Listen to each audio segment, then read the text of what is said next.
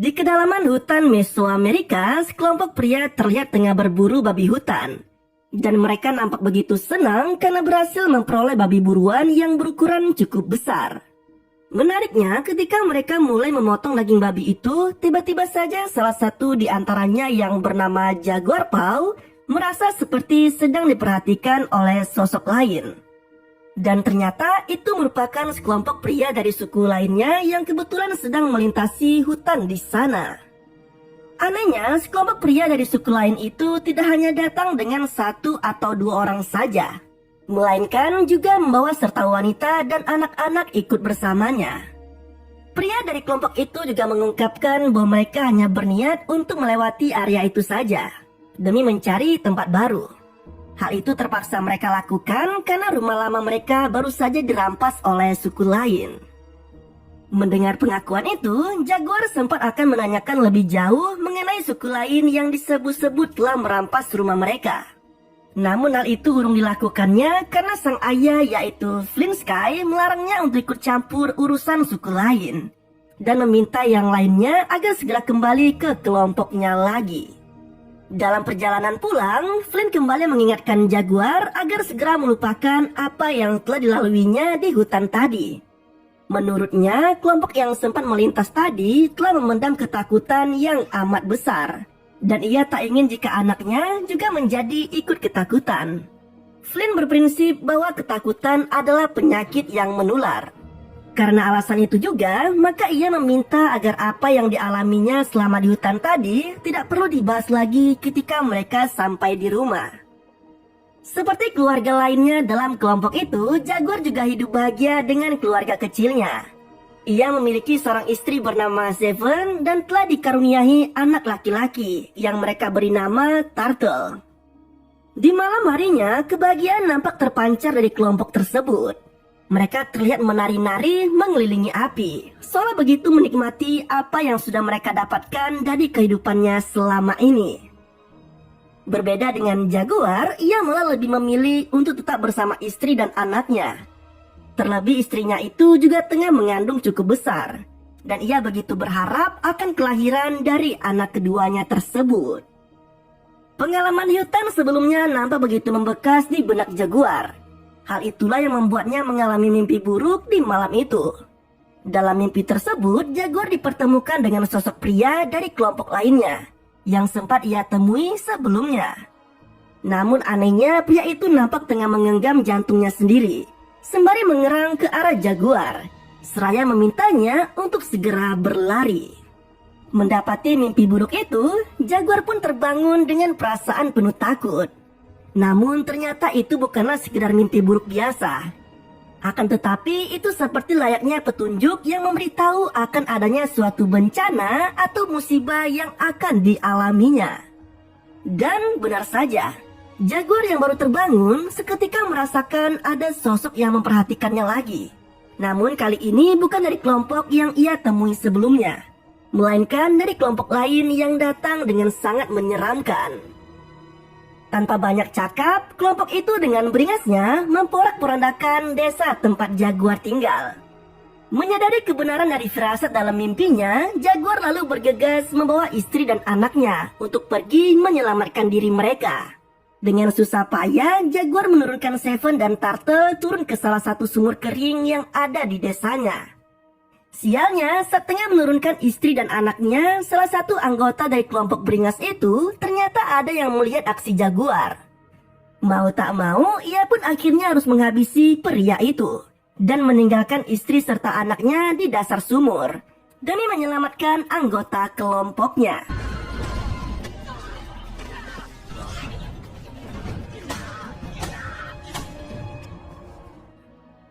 Meski sempat memberikan perlawanan, bahkan akan membunuh salah satu anggota kelompok beringas itu, namun pada akhirnya Jaguar berhasil dilumpuhkan setelah sebuah pukulan telak menghantam kepalanya. Lain halnya dengan Flynn. Ia yang ketahuan menjadi ayah Jaguar sekaligus juga pemimpin di kelompoknya, malah harus meregang nyawa setelah mendapat tusukan oleh salah satu anggota kelompok beringas itu.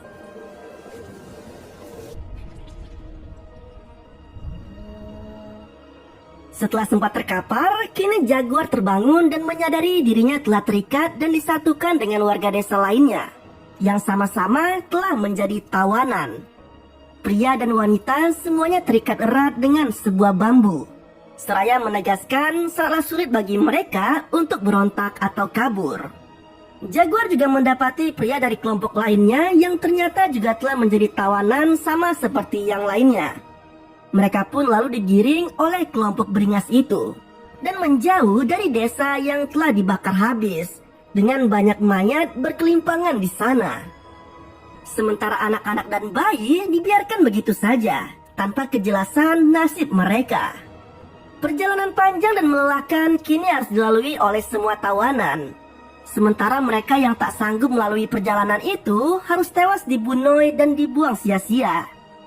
Tidak hanya melalui siang dan malam dengan berjalan kaki, para tawanan juga harus melalui sungai besar dalam kondisi terikat, melalui tebing curam, hingga sempat akan tertimpa pohon besar yang tiba-tiba tumbang.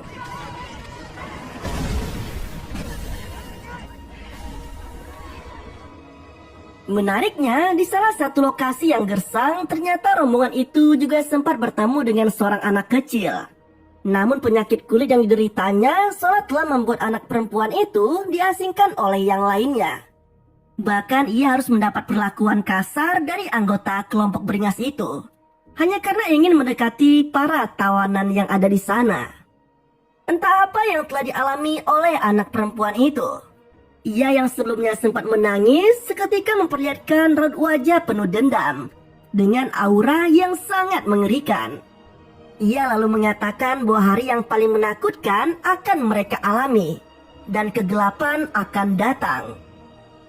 Bak seorang peramal, anak perempuan itu memperingatkan kelompok beringas tersebut untuk berhati-hati kepada sosok yang membawa jaguar atau macan kumbang. Sosok pria yang lahir dari lumpur dan tanah, sekaligus sosok yang akan menghentikan peradaban dari kelompok tersebut. Dan sosok itu sekarang sedang berada bersama mereka. Tak ingin menganggap serius perkataan anak perempuan itu, mereka pun lalu kembali melanjutkan perjalanannya. Setelah melalui perjalanannya, tibalah rombongan para tawanan di sebuah desa yang nampak telah memiliki peradaban lebih maju daripada desa lainnya. Meski begitu, pemandangan menyedihkan jelas terlihat di sana. Nampak para pria yang dipaksa bekerja tanpa henti. Tak jarang pula dijumpai pekerja yang matoi karena kelelahan. Memasuki area pemukiman, para tawanan pria mulai dibaluri tubuhnya dengan pewarna biru. Sementara tawanan wanita dijual dengan bebas untuk penduduk di sana. Dari sinilah terungkap bahwa yang telah dilakukan oleh kelompok beringas tadi adalah perburuan yang memang telah menjadi kebiasaan mereka. Kelompok yang dipimpin oleh seorang pria bernama Zero akan mengincar apa saja yang mereka temui selama perburuan. Tapi berbeda dengan perburuan biasanya, mereka tidak sekedar mengincar hewan buruan, tetapi juga menjadikan orang-orang dari kelompok lainnya untuk dijadikan sebagai tawanan.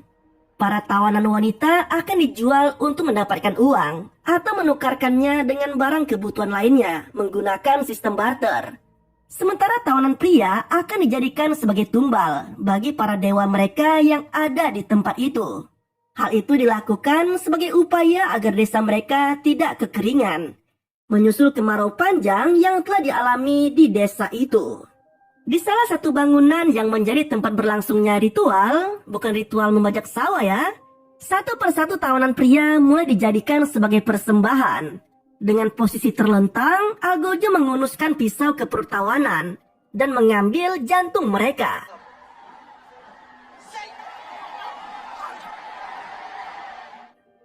Setelah menyaksikan kekejian dari orang-orang di desa itu, kini giliran Jaguar yang harus menjadi tumbal selanjutnya. Dalam kondisi tak berdaya dan penuh pasrah, Jaguar mulai dibaringkan dan siap untuk dieksekusi oleh para Algojo. Namun tampaknya nasib baik masih berpihak pada Jaguar.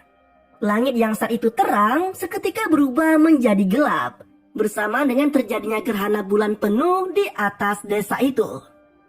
Fenomena tersebut ternyata secara tak langsung telah menyelamatkan Jaguar dari kematiannya.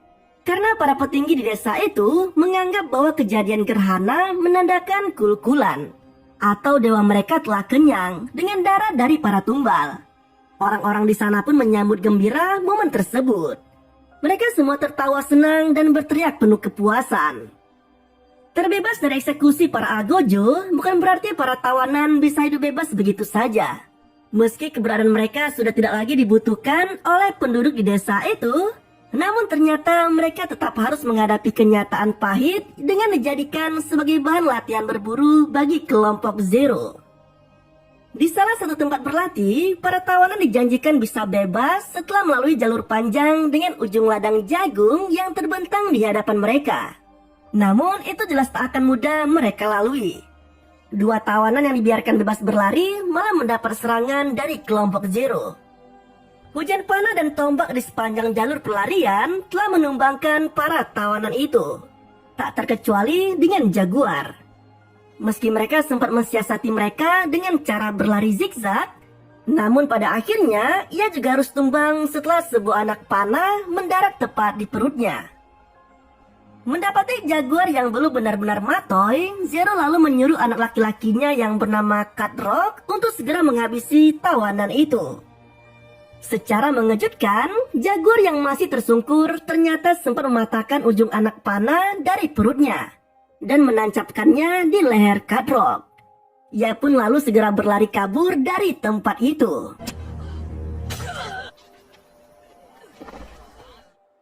Melihat anaknya telah mati tak berdaya, Zero yang tak terima lantas mengajak kelompoknya untuk segera memburu Jaguar. Dengan sempoyongan, Jaguar terus saja berlari melewati ladang jagung, hingga mulai memasuki area hutan yang ada di kawasan itu. Ia yang tak kuasa menahan rasa sakit di perutnya, kemudian memanjat salah satu pohon besar berusaha untuk bersembunyi dari kejaran kelompok Zero. Meski sempat lolos dari kejaran kelompok Zero, ternyata darah Jaguar menetes di punggung salah satu anggota kelompok beringas itu. Akhirnya kelompok tersebut menyadari keberadaan Jaguar yang tengah berada di atas pohon. Mereka pun lalu berbalik arah mencoba menelusuri keberadaan Jaguar. Di waktu yang sama, Jaguar yang baru saja merasa lega karena bisa lolos dari kejaran kelompok Zero, malah mendapati macan kumbang yang juga sama-sama berada di pohon tersebut. Sontak, ia pun segera berlari menjauh bersama dengan macan yang terus mengejarnya. Sementara itu, Zero dan kelompoknya yang melihat Jaguar tengah berlari dengan cepat berusaha mengejar dan menghentikan langkah pria itu. Namun mereka nampaknya tidak menyadari bahwa Jaguar saat ini tengah dikejar-kejar oleh macan kumbang. Alhasil salah satu anggota kelompok Zero pun harus meregang nyawa setelah diterkam oleh hewan buas itu. Kejadian itu sontak membuat salah satu anggota kelompok Zero merasa ketakutan. Bukan karena ancaman hewan buas, tetapi kepada ramalan yang sempat diucapkan oleh anak perempuan yang mereka temui tempo hari. Hampir semua yang diucapkan oleh anak itu perlahan mulai terbukti, termasuk dengan matonya teman mereka. Sementara Zero yang telah diselimuti oleh rasa dendam, tak lagi memperdulikan kata-kata dari anak perempuan itu. Ia yang dipenuhi amarah segera melanjutkan perburuannya lagi kepada Jaguar bersama dengan kelompoknya. Setelah semalaman melalui pengejaran, anggota kelompok Zero yang sempat menemukan jejak Jaguar malah harus dipatuk oleh ular berbisa. Naas baginya, bisa ular yang sangat kuat membuatnya langsung tumbang. Zero yang tak ingin kehilangan jejak Jaguar pun lalu meninggalkan anggotanya begitu saja. Meski sempat tertinggal jauh, namun setelah menyusuri jejak pewarna di tubuh Jaguar, akhirnya kelompok Zero pun bisa kembali mengejar pria itu. Sialnya lagi, Jaguar yang makin ngos-ngosan malah bertemu dengan sungai yang berujung dengan jurang curam. Dengan posisi yang semakin terpojok, mau tak mau ia pun akhirnya nekat melompat melalui air terjun yang ada di sana.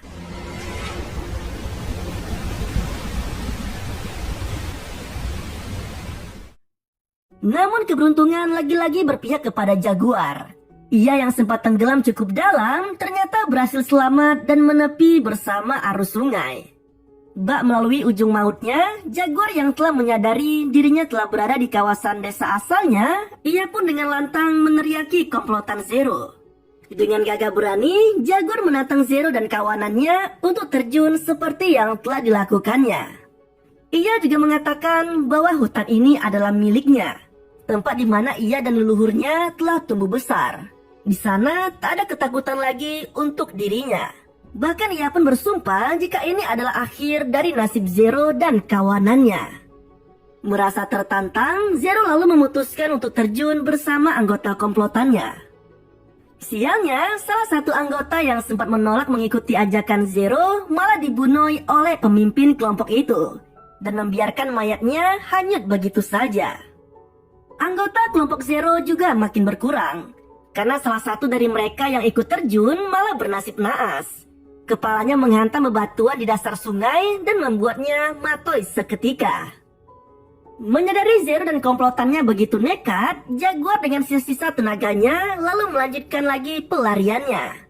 Namun kali ini langkahnya sempat berhenti setelah tak sengaja dirinya tercebur ke lumpur hisap. Tapi lagi-lagi nasib baik masih berpihak kepadanya. Tubuhnya yang sempat terhisap dan hanya menyisakan tangannya saja ternyata masih bisa untuk bertahan. Hingga ia pun kembali selamat dari lumpur hisap itu. Dengan tubuh yang dipenuhi lumpur, Jaguar kini semakin menyadari bahwa dirinya sudah tidak lagi memiliki rasa takut. Terlebih area tempatnya berpijak saat ini adalah hutannya sendiri, yang ia tahu betul seluk-beluk di dalamnya.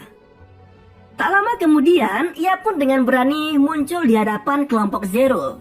Dengan membawa sarang lebah berukuran besar, Jaguar melemparkannya ke arah Zero, yang membuat kelompok beringas itu tunggang langgang karena terkena serangan lebah.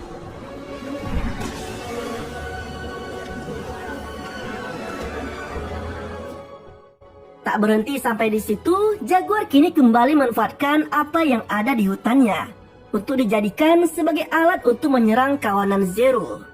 Berbekal sejumlah duri tanaman, Jaguar melumurinya dengan cairan dari katak beracun yang kemudian ditiupkannya ke salah satu anggota kelompok Zero. Dalam hitungan detik, anggota kelompok Zero itu pun langsung terkapar tak berdaya. Berniat untuk mengambil senjata yang dibawa oleh anggota kelompok Zero, Jaguar malah berpapasan dengan salah satu anggota kelompok Zero lainnya. Alhasil, duel di antara mereka pun terjadi. Meski sempat mendapat luka di kepalanya, namun Jaguar akhirnya bisa menghabisi lawannya dengan memanfaatkan kapak yang baru saja didapatnya.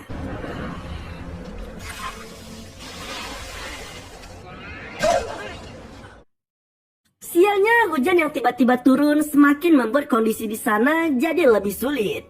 Jaguar yang khawatir dengan nasib istri dan anaknya lalu menghampiri mereka. Namun ia hanya bisa sebatas memastikan kondisi keluarganya saja. Karena tak lama kemudian, Zero muncul dan memaksa Jaguar untuk segera kabur dari sana. Langkah Jaguar pun akhirnya terhenti setelah Zero berhasil menancapkan anak panah tepat di dada pria itu. Entah apa yang telah merasuki Jaguar. Ia tak hanya kehilangan rasa takutnya saja. Tapi ia yang baru saja terkena panah tiba-tiba bangkit dan mematahkan batang anak panah yang sempat menancap di dadanya. Dengan tatapan penuh amarah, Jaguar lalu melambaikan tangannya seolah ia kembali menantang Zero untuk berduel dengannya. Tak ingin membuang kesempatan, Zero yang masih dibalut dendam atas kematian anaknya lalu berlari ke arah Jaguar dengan menggenggam sebilah pisau yang ada di tangannya. Namun hal tak terduga malah terjadi. Langkah Zero yang semakin dekat dengan Jaguar ternyata tiba-tiba terhenti setelah sebuah jebakan berhasil mengenai pemimpin kelompok beringas itu. Seketika itu juga Zero matoy terkena jebakan yang telah dibuat Jaguar sebelumnya.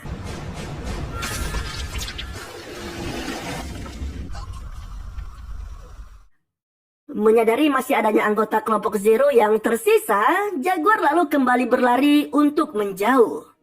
Setidaknya itu dilakukannya agar mereka terpancing dan tidak mengetahui keberadaan istri beserta anak Jaguar yang keberadaannya masih di dalam sumur. Di waktu yang sama, kondisi hutan yang terus diguyur oleh hujan telah membuat sumur mulai terisi oleh air. Kondisi juga semakin diperparah dengan perut Seven yang mulai kontraksi. Sambil menggendong turtle di pundaknya, wanita itu dengan susah payah akhirnya berhasil melahirkan anak keduanya. Dan dia melahirkan di dalam sumur itu yang mulai terendam oleh air. Sementara jaguar yang telah terpojok hingga ke pesisir pantai kini hanya bisa pasrah setelah dua anggota kelompok Zero berhasil menemukannya. Anehnya, mereka semua malah tidak melanjutkan pertarungan seperti sebelumnya.